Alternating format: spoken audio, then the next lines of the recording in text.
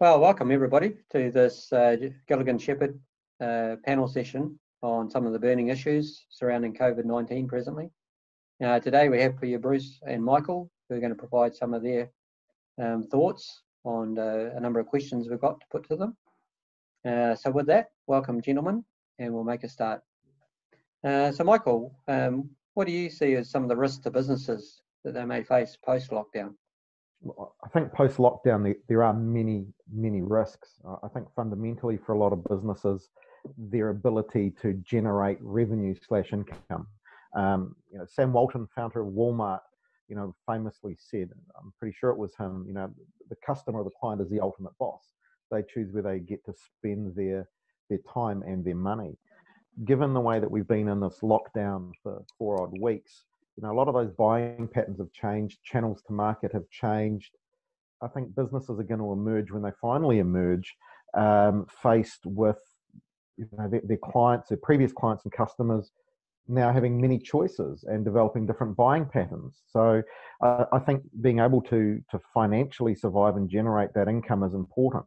And unless they can balance that with their costs, their staffing and other costs and factors in the business, that will really have an impact on the viability of a lot of businesses going forward. Bruce?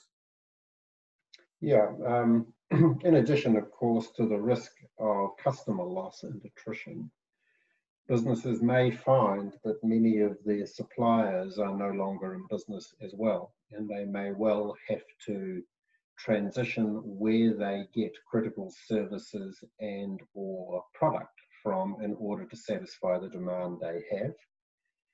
Another enduring feature of this could be significant supply disruption from offshore. So, for example, on a construction project that I'm supervising, we hadn't ordered the cladding material which was coming from the UK. So, of course, when we move to alert level 3, we can recommence construction. It will not go very far without the cladding, where the time of supply has moved from 4 weeks to 16, simply because their factory has been shut down and their own distribution has been significantly disrupted. So during this time when we have been locked down, the key things that businesses should have been focusing on, and hopefully they can still do this in this coming week, is reach out to your customers, understand where they are, that's your critical customers that matter to you, and connect with your supply chain. While it's now becoming a political passé statement, we all get through this together, and we'll get through it together if we look out for each other, is probably the true guiding business principle through this period. However, once we get out of it, I suspect the largest risk to businesses that are beyond sole traders is the loss of effective leadership.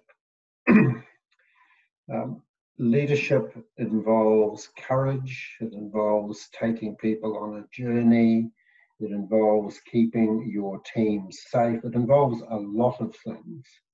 But in crisis, leadership is often challenged, and it is a time when the best thrive and the worst behave appallingly. It's really important that leadership remain calm, focused, and not behave with fear. We can't change what is happening. There's no point fearing it. Fear is probably our biggest enemy post-lockdown, fear of the unknown, and loss of effective, calm leadership.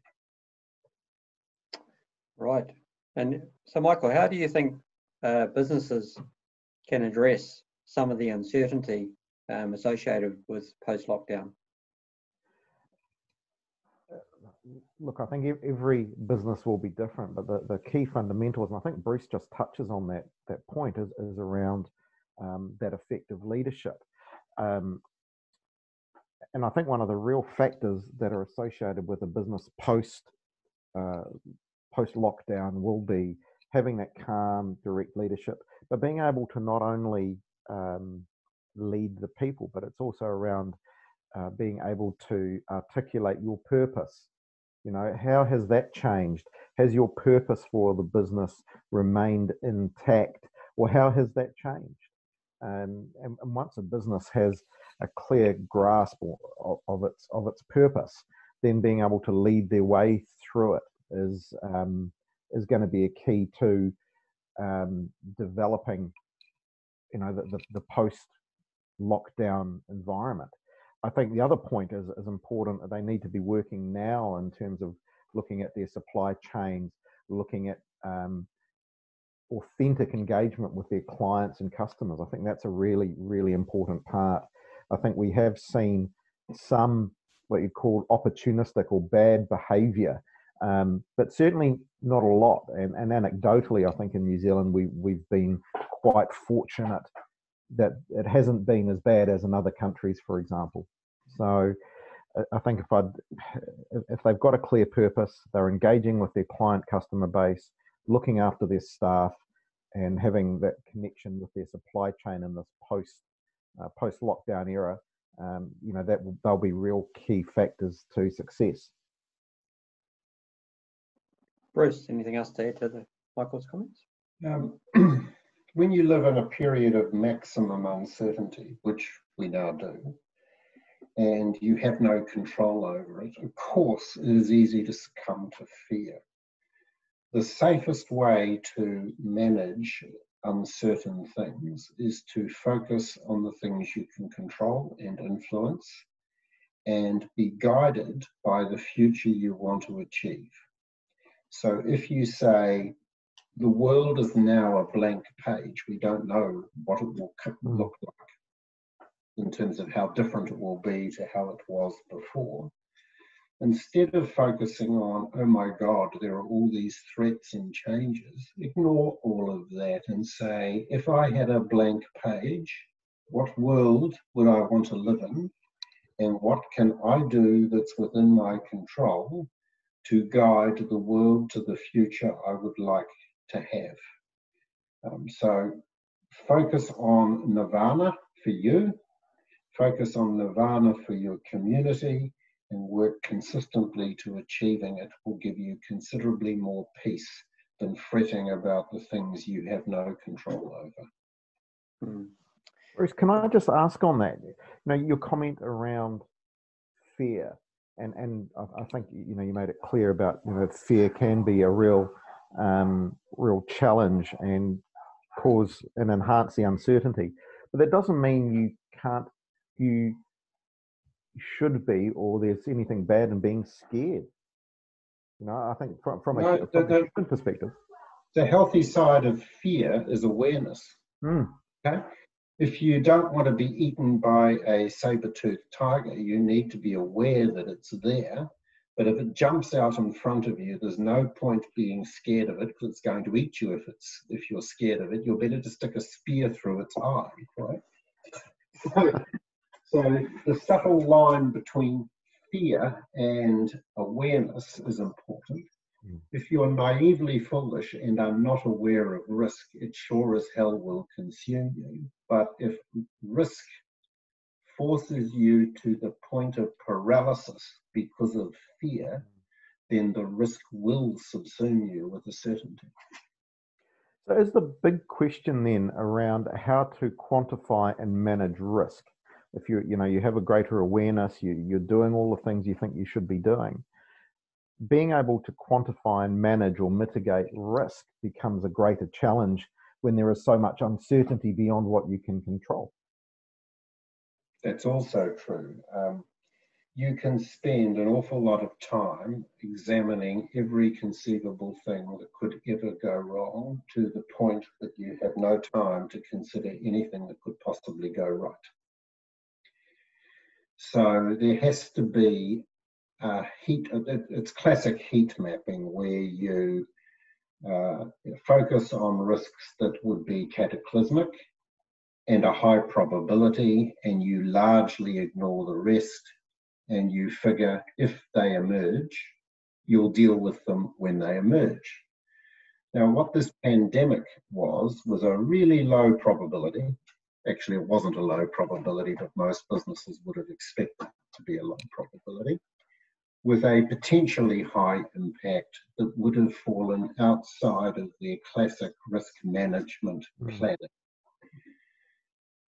So then you end up in a situation where in 2 days you have to shut your business down and transition it to some operating model or not on short notice.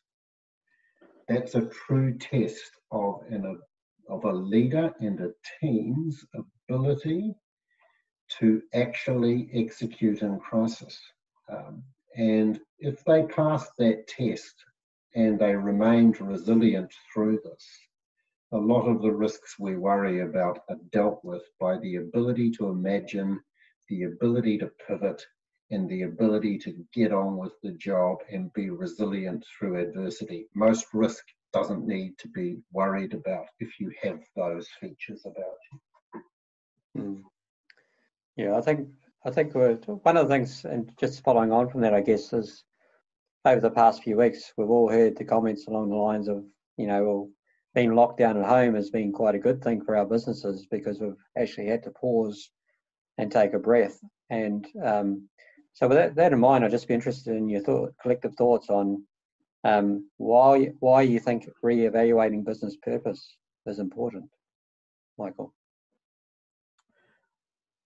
Well, I think it's something that businesses should do on a relatively regular basis anyway, alongside their strategy and the way they're executing that strategy.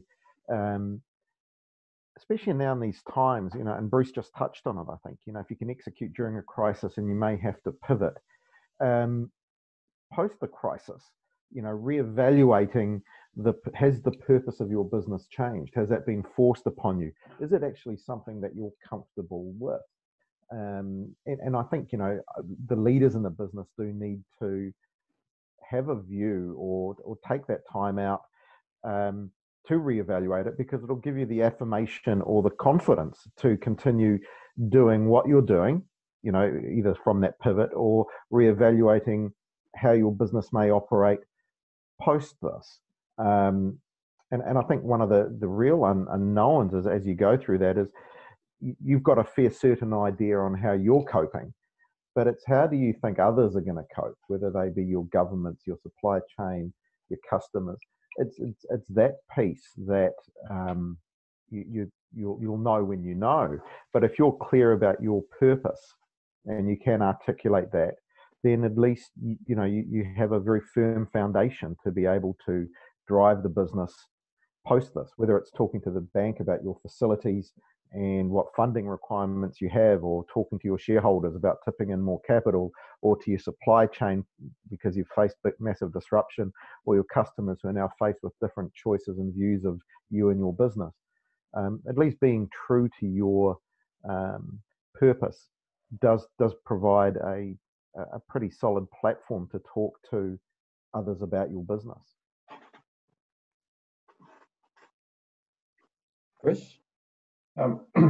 Most businesses have a purpose or they wouldn't exist, but many don't record it or visualize it or articulate it.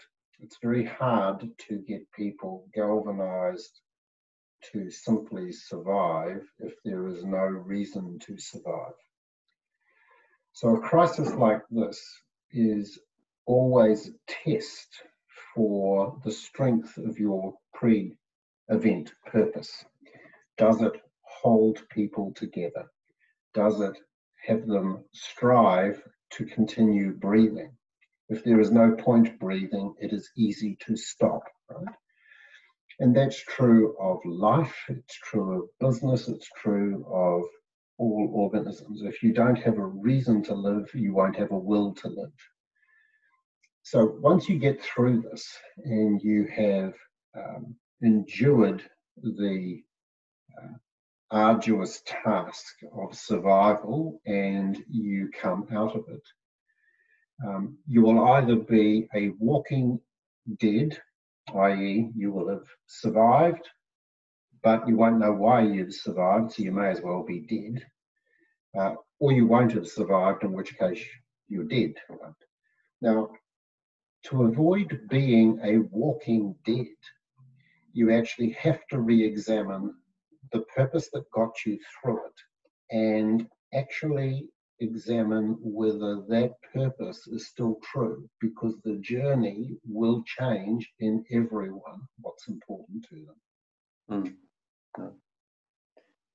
So critical events are always a call to action to stop, pause, reflect, and say, how has this changed me? How has this changed my organisation? Am I and my organisation still relevant? Or am I a walking dead? Yeah.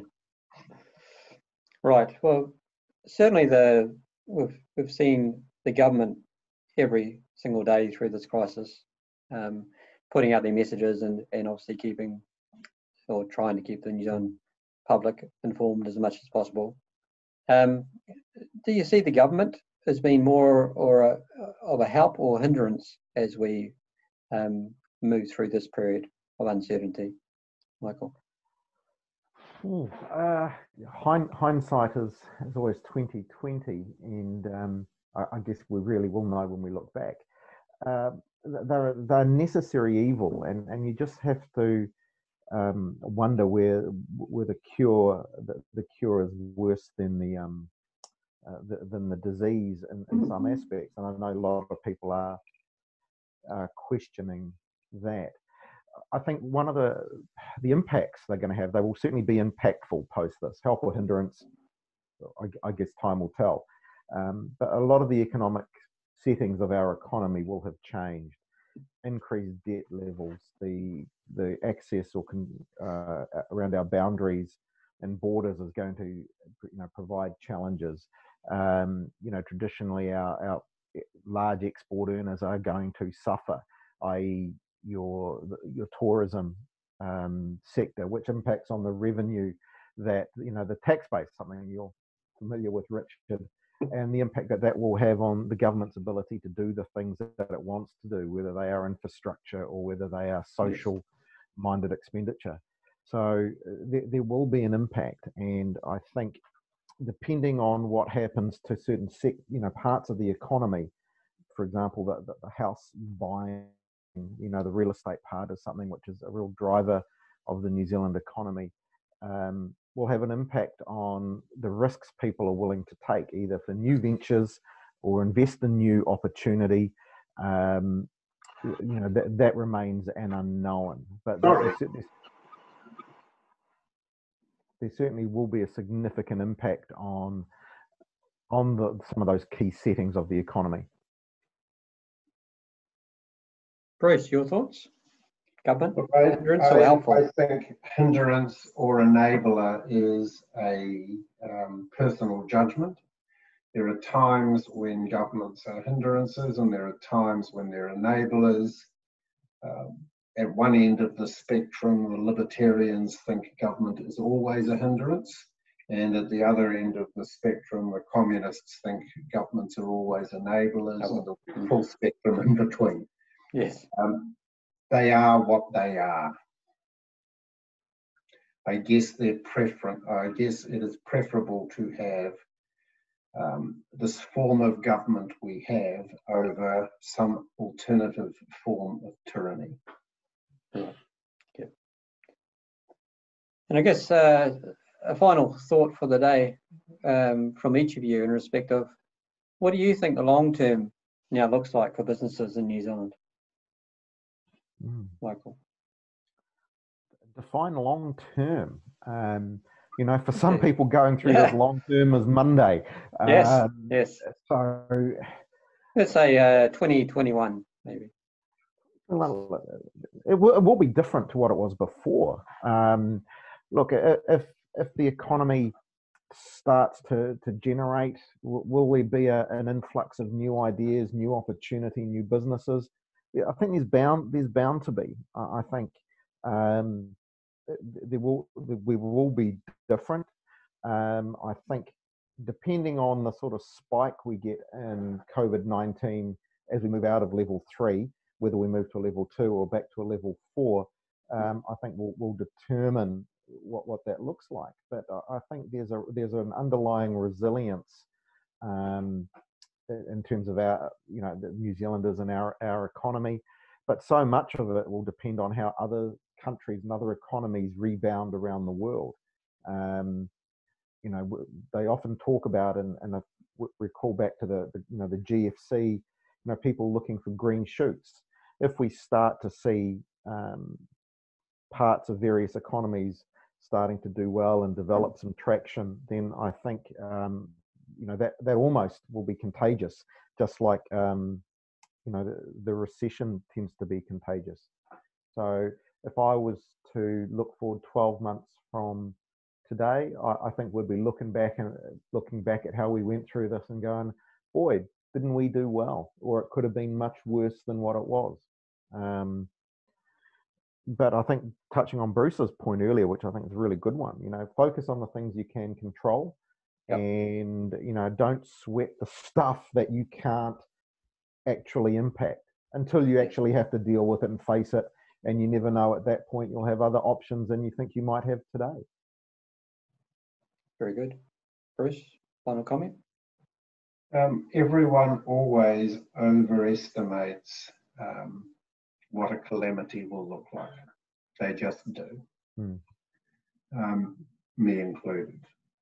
But in my case, it's about examining the spectrum of shit that could come at us and then discounting it. What do I think New Zealand will look like in 2 years? We will have passed through lockdown. It will have gone. We probably won't have eliminated the virus. We will be living with it. We will have changed the way we interact and behave to accommodate that. We will probably value and consume different things in different proportions. So what makes up our consumption shopping basket will have changed. I think we will have learnt to eat at home, walk, exercise, and live more healthily. And I think we will crave natural products. We will crave vitamins. We'll crave all of those things. We will know that the best way to survive viruses is to have a strong and robust immune system, and we'll do what it takes to do that. So all those sorts of businesses will be flourishing. New Zealand probably will come out of this as one of the countries that has survived it well. We're isolated, we're safe, we've demonstrated that we're an orderly, disciplined, and focused society. Others will observe that and find that desirable and safe. Migration flows to New Zealand will accelerate. Clearly, under the current government, which will still be in situ, immigration by foreigners won't be quite so accelerated as they may like it. But don't forget, we have 800,000 New Zealanders who live overseas, who have lived in America, Australia, Britain, and France, and have seen how those countries have behaved in crisis. And New Zealand's going to look a pretty attractive place. Yeah, I agree. Yeah. Right. Well, thanks, gentlemen, for your thoughts today. We'll conclude with that. If anyone out there watching this has any questions they'd like answered by a panel going forward, please send them through to us, and we'll certainly address at our next panel session.